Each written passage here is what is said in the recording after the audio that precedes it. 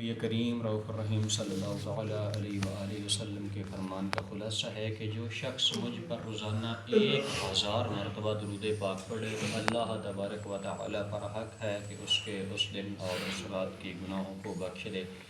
الحمدللہ رب العالمین کہ ہم نے کل سورہ حجرات کی آیت نمبر 2 پڑھی، اس کی کچھ تفسیر بھی سنی تھی، ترجمہ بھی سنا۔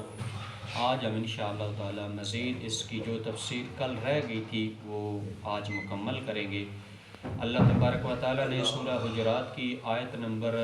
2 میں ہمیں جو حکم ارشاد فرمایا حضور کے ادب و احترام کے حوالے سے، آج ہم انشاءاللہ وہ سیکھنے کی کوشش کریں گے۔ اللہ تبارک و تعالی قرآن پاک میں ارشاد فرماتا ہے یا ایھا الذین آمنوا لا ترفعوا اصواتکم فوق صوت النبی ولا تجہروا له بالقول کجہر بعضکم لبعض ان تحبط اعمالکم وانتم لا تشعرون۔ ترجمہ کنز ایمان، اے ایمان والو اپنی آوازیں اونچی نہ کرو اس غیب بتانے والے نبی کی آواز سے، اور ان کے حضور بات چلا کر نہ کہو جیسے آپس میں ایک دوسرے کے سامنے چلاتے ہو کہ کہیں تمہارے عمل اکارت نہ ہو جائیں اور تمہیں خبر نہ ہو۔ اعلیٰ حضرت رحمۃ اللہ تعالی علیہ نے ایک بڑا پیارا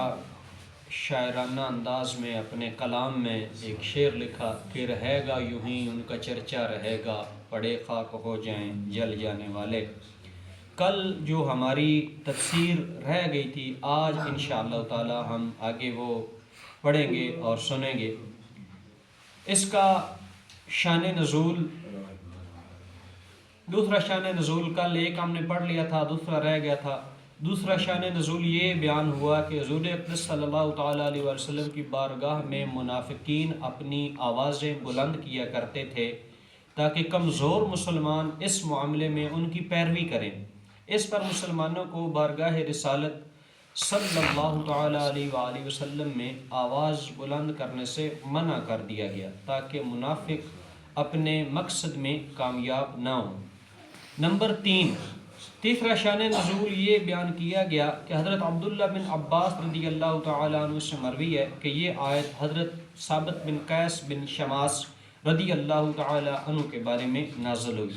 وہ اونچا سنا کرتے تھے، ان کی آواز بھی اونچی تھی اور بات کرنے میں آواز بلند ہو جایا کرتی تھی، اور بعض اوقات اس سے حضور اقدس صلی اللہ تعالیٰ علیہ وآلہ وصحبہ وسلم کو اذیت ہوتی تھی۔ حضرت ثابت بن قیس رضی اللہ تعالیٰ عنہ کا بلند آواز سے بات کرنا اگرچہ اونچا سننے کی معذوری کی بنا پر تھا، لیکن معذوری اونچا سننا تھا، اونچا بولنا معذوری نہیں تھا۔ تو اونچا بولنا اس میں ضروری بھی نہیں ہے، اور اونچا سننے والے کو سمجھانا چاہیے کہ بھائی تمہیں اونچا سنتا ہے دوسروں کو نہیں، یعنی تم اونچا سنتے ہو دوسرے اونچا نہیں سنتے، لہذا تم اپنی آواز پست رکھو۔ تو اس کہنے میں حرج نہیں، بلکہ یہ عین درست اور قابل عمل بات ہے، اور تیسرے شان نزول کے اعتبار سے یہی تفہیم کی گئی ہے۔ یہاں پر اس آیت مبارکہ کے جو تیسرے نمبر پہ شان نزول بتایا گیا، اس پر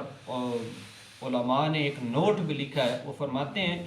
اس آیت کے شان نزول سے متعلق اور بھی روایات ہیں۔ ممکن ہے اس آیت کے نزول سے پہلے مختلف اسباب پیدا ہوئے ہوں اور بعد میں ایک ہی مرتبہ یہ آیت نازل ہو گئی ہو، جیسا کہ علامہ ابن حجر عسقلانی رحمۃ اللہ تعالی علیہ فرماتے ہیں اس بات سے کوئی چیز مانے نہیں کہ آیت کا نزول مختلف اسباب کی وجہ سے ہوا ہو جو آیت نازل ہونے سے پہلے وقوع پذیر ہوئے تھے،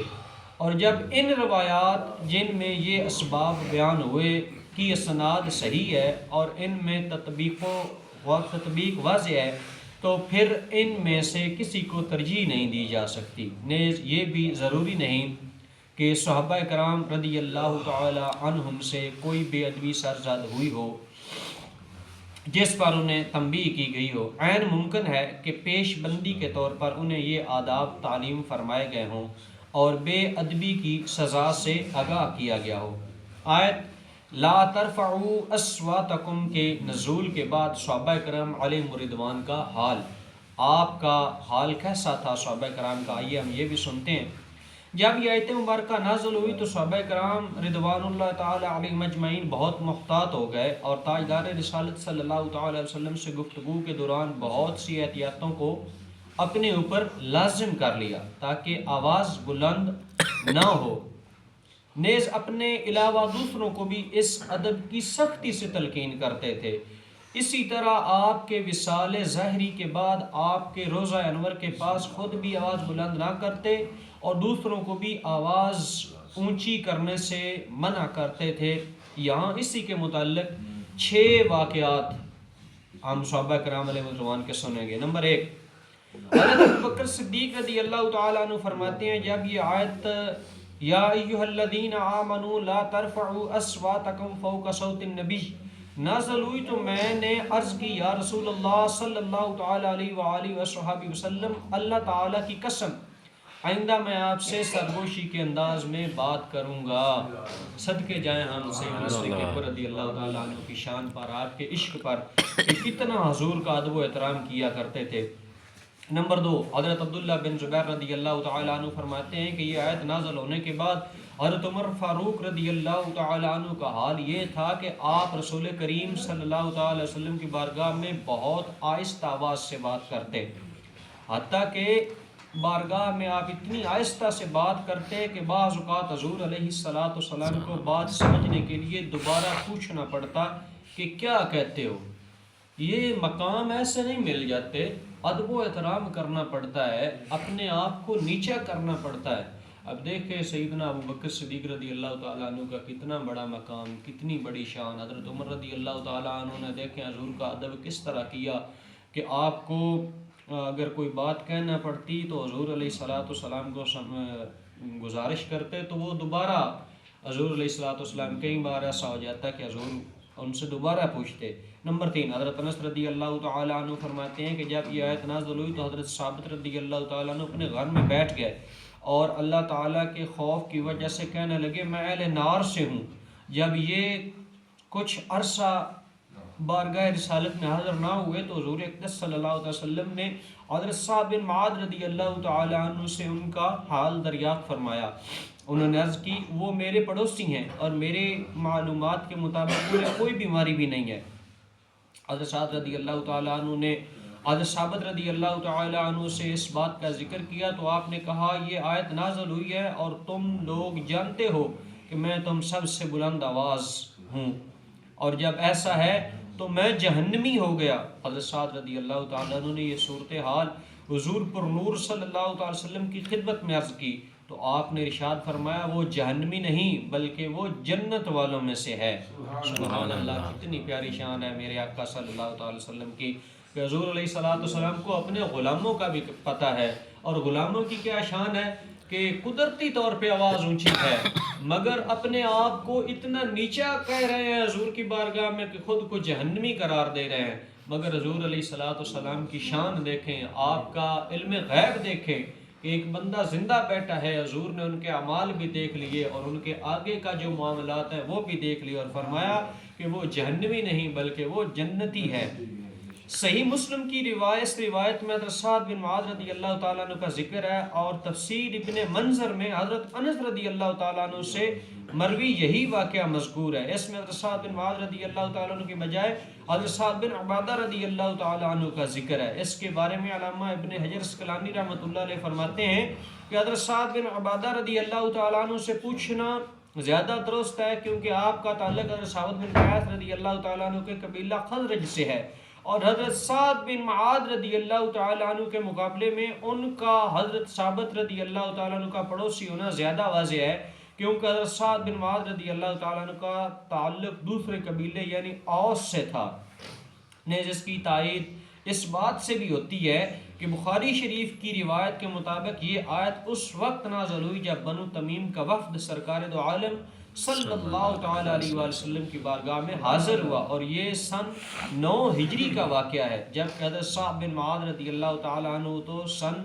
5 ہجری میں غزوہ بنو قریظہ کے بعد وفات پا گئے تھے۔ اور حضرت سعد بن عبادہ رضی اللہ تعالیٰ عنہ کی وفات نبی کریم رؤوف الرحیم صلی اللہ تعالیٰ علیہ وسلم کے وصال زاری کے بعد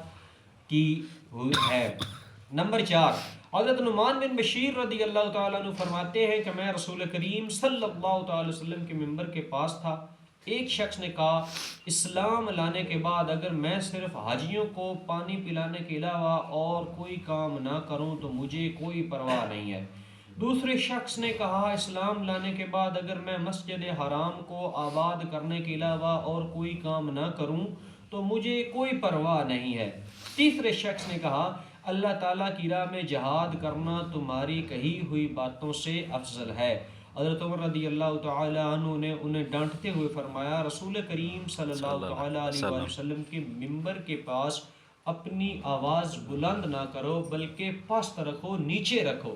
تو یوں صحابہ کرام علیہ رضوان اپنے پیارے آقا صلی اللہ علیہ وسلم کا ادب و احترام کرتے تھے۔ نمبر 5، ایک مرتبہ حضرت عمر رضی اللہ تعالی عنہ نے مسجد نبوی میں 2 شخصوں کی بلند آواز سنی تو آپ ان کے پاس تشریف لائے اور فرمایا کیا تم دونوں جانتے ہو کہ کہاں کھڑے ہو؟ پھر ارشاد فرمایا تم کس علاقے سے تعلق رکھتے ہو؟ دونوں نے عرض کی ہم طائف کے رہنے والے ہیں۔ ارشاد فرمایا اگر تم مدینے کے رہنے والے ہوتے تو میں یہاں آواز بلند کرنے کی وجہ سے تمہیں ضرور سزا دیتا،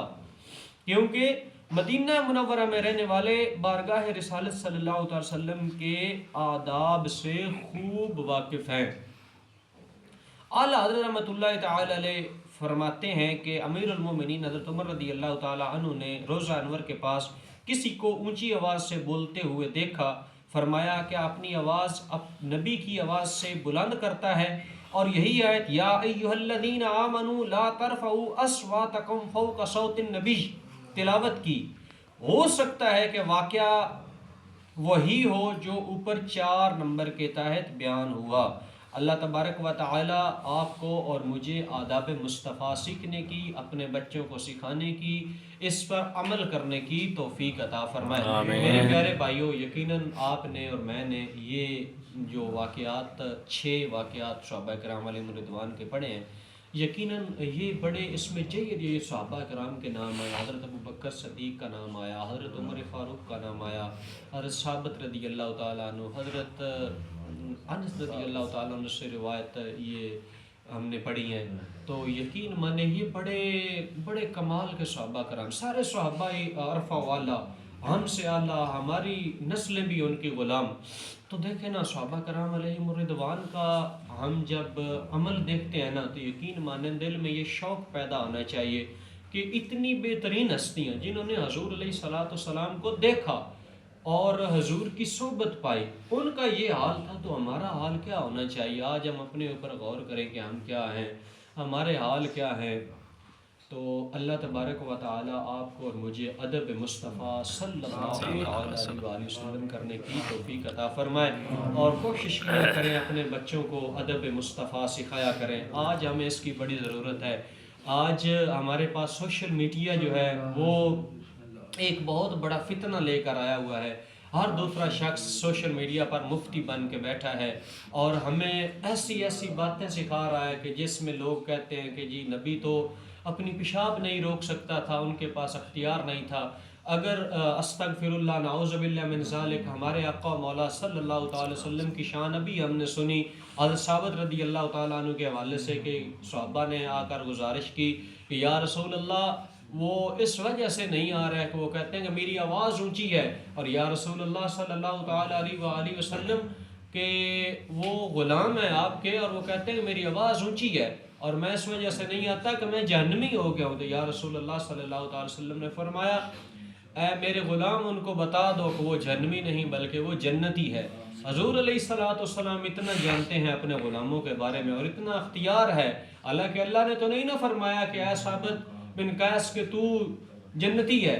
رسول اللہ صلی اللہ علیہ وسلم نے فرمایا، اور ہمارے آقا مولا صلی اللہ علیہ وسلم نے جو فرما دیا وہ حق ہے۔ تو اس لیے اپنے بچوں کو یہ آداب سکھایا کریں، اپنے بچوں کو یہ باتیں سکھایا کریں، خود بھی عمل کیا کریں۔ اللہ پاک آپ کو اور مجھے عمل کی توفیق عطا فرمائے، آمین ثم آمین۔ الحمدللہ ایک چھوٹی سی گزارش آپ سب کے